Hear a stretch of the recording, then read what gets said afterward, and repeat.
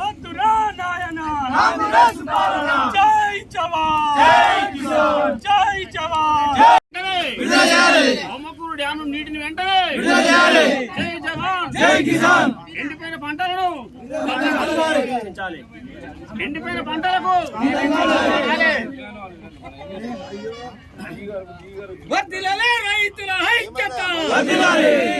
ఎంత మొరబెట్టుకున్న సాగుకు డబ్బా పట్టుకొని వర్షం చూడండి.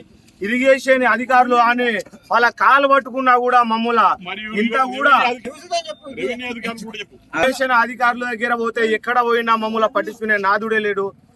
ఈ బొమ్మకూరు డ్యామ్ ల మండలం నుంచి పంపు స్టార్ట్ అయ్యి ఈ ఆడికి 4 రోజులు అయినా దానికి లెవెల్ వచ్చినా కూడా నీళ్లు కావాలని పంటలన్నీ ఎండిపోయినా కూడా ఇంత కూడా మాకు రైతుల మీద ఈ చేయకుండా వాళ్ళ మొండి వైఖరితోని వాళ్ళు చేసే పనులు వాళ్ళే చేస్తారు.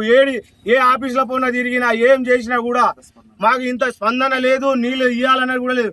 మందు డబ్బాలు పట్టుకొని అయినా వస్తే గాని నీళ్ళు ఇస్తారేమో అని వచ్చి రోడ్ల మీద ధర్నా చేస్తున్నాం. మా కుడి కెనాలికి ఎంబడే రిలీజ్ చేయాలని అధికారులు కానీ కలెక్టర్ కానీ మేము కోరుతున్నాం. ఈ రైతుల బాధలు చూసి గోస ఎంత బాధపడుతారో పొట్టదా. ఇప్పుడు అంత కాయగా ఉన్నది. ఈ నెల ఏప్రిల్ వరకు మాకు నీళ్లు వస్తే మాకు పంట చేతికి వచ్చే సమయం వచ్చింది. మాకు ఒక 15 రోజులు నీళ్లు కావాలని మేము కోరుతున్నాం రైతు పక్షాన.